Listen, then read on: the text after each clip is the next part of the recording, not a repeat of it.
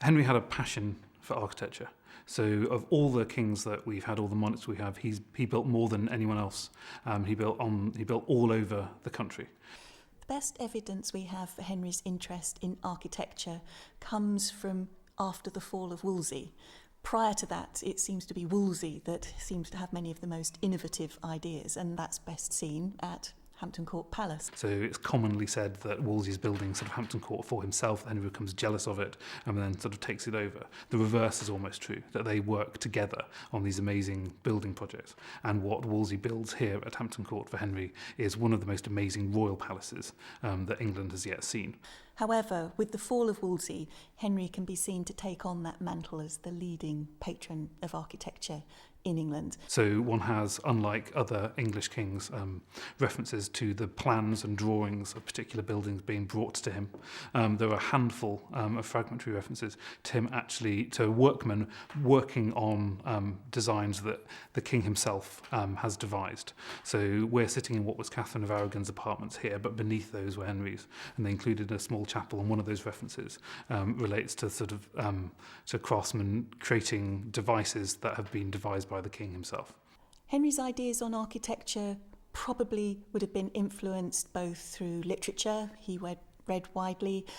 He'd have also been influenced by reports from ambassadors, for instance, coming back from the palaces of Francis I, telling him about innovations there.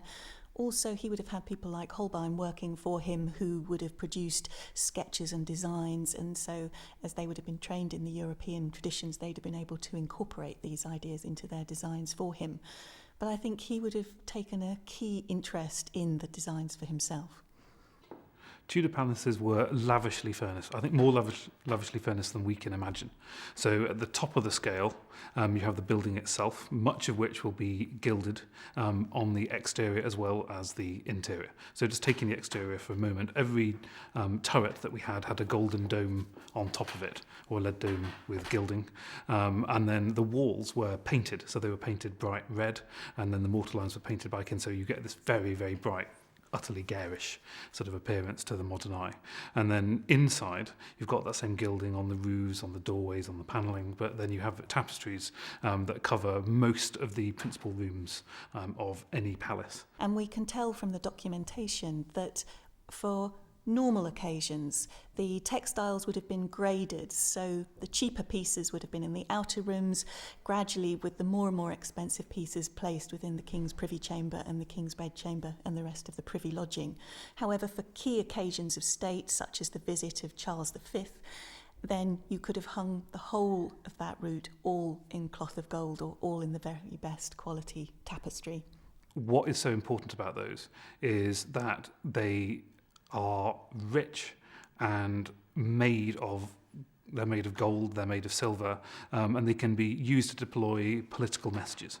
So they're used to deploy messages that relate Henry to antique classical rulers. They're used to deploy messages that relate him and his court to particular sort of biblical figures, and they're used to deploy messages that relate Henry VIII to the kings and queens and sort of rulers of England's past. So in that sense, textiles are central, again, to furnishing of royal palaces at this period. What the temporary structures at the Field of the Cloth of Gold provide us with, especially the images of them that we still have, is to remind us of what we don't have from Henry's court. So we have some amazing tapestries, we have the sort of Holbein images of Henry, we have buildings like Hampton Court. But Henry's court was so much more than that. And most of the richness, most of the most astonishing and amazing parts of the theatre that is created, the physical set of theatre that is created for the Royal Court, was temporary. So Holbein created all sorts of amazing images for Henry that were temporary, for banquets, for pageants, for revels. And these are arguably the most important things that happen at the court, because they're the things that politically show off the power, magnificence, exuberance of Henry's court to all the people that are visiting him, especially foreign ambassadors. But they're transitory.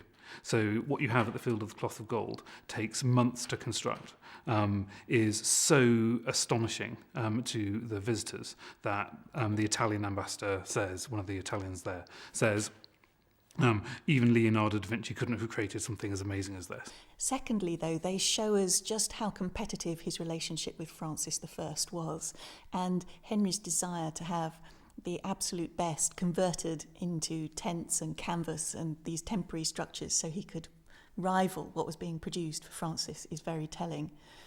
In particular, what's interesting is while Francis I has tents, Henry has this amazing temporary structure built for him as well as tents. But what is wonderful now is that where we are here at Hampton Court is basically the last great palace that Henry built that still survives. There were fragments of some elsewhere, but if you want to come and visit a palace and get a sense of what Henry's sort of passion for architecture created, this is really the only place that you can come.